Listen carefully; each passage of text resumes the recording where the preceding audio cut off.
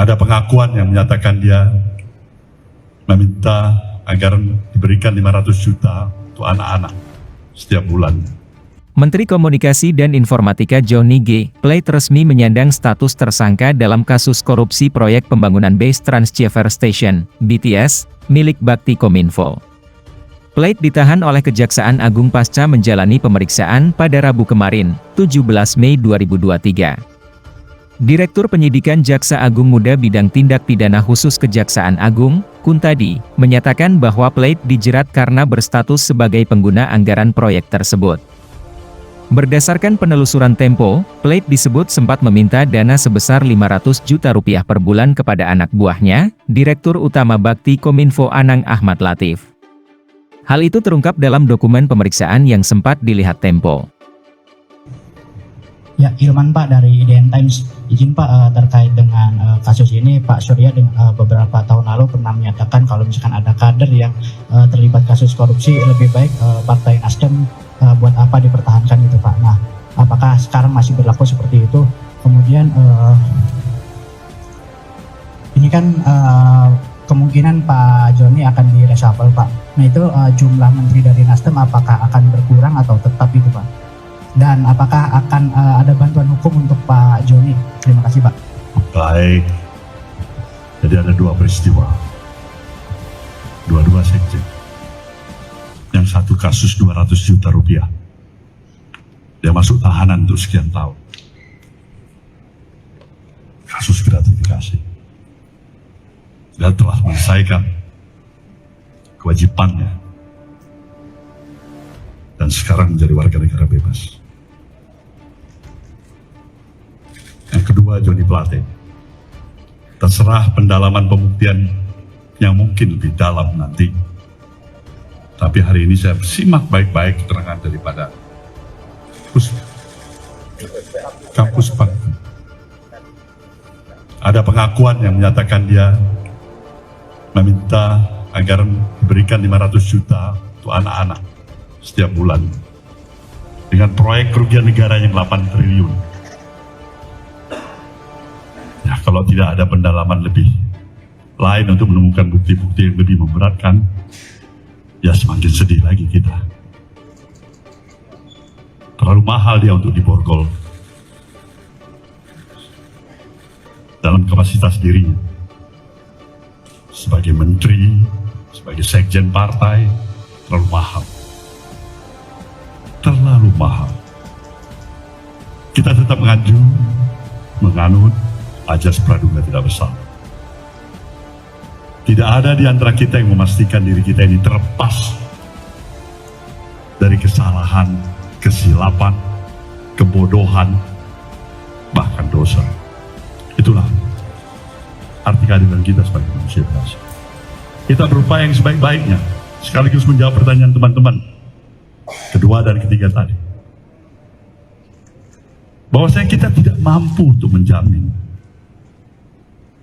pasti akan tidak lagi terulang. Tapi niat baik kita juga tidak pernah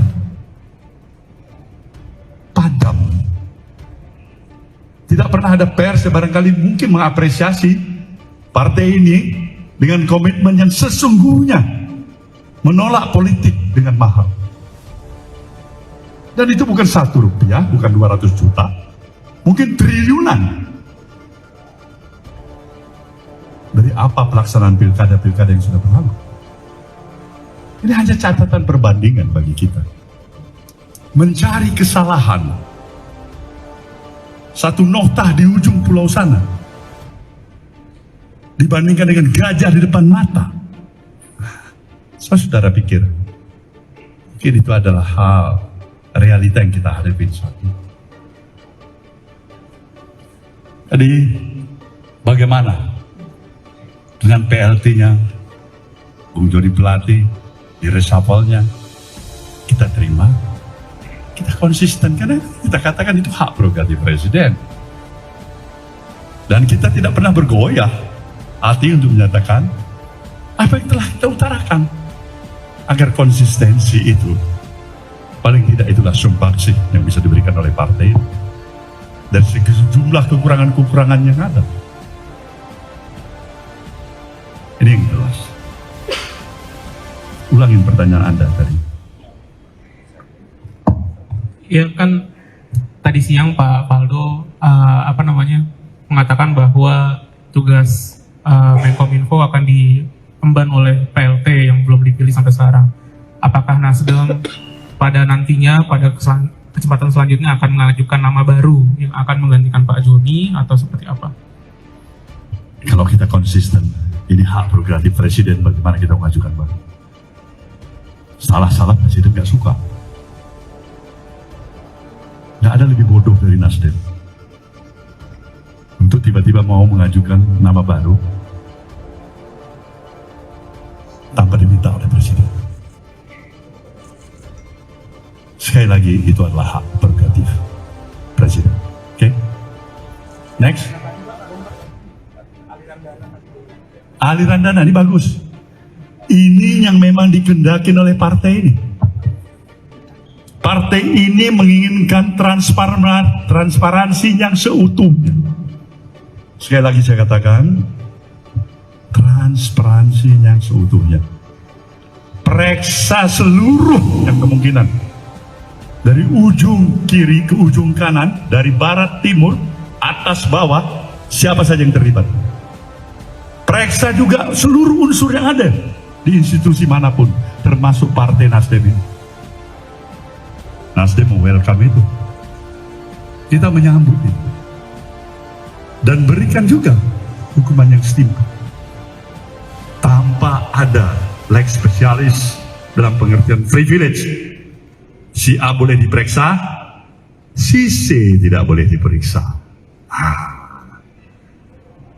Semakin sedih lagi kita. Semakin sedih.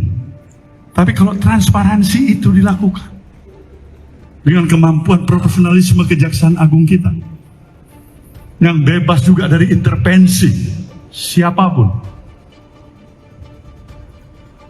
dan juga kepentingan politik dari manapun, kenapa kita tidak berikan dukungan sepenuhnya?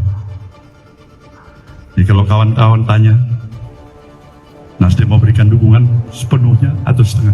Saya bilang totalitas kita akan berikan dukungan itu. Agar semua kita tuntaskan. Kalau enggak, sia-sialah kita untuk menginginkan dan memperjuangkan suatu misi besar, membawa kemajuan bangsa dan negara, menjaga demokrasi negeri ini, dan memperjuangkan rasa keadilan yang sesuai dengan komitmen kebangsaan kita.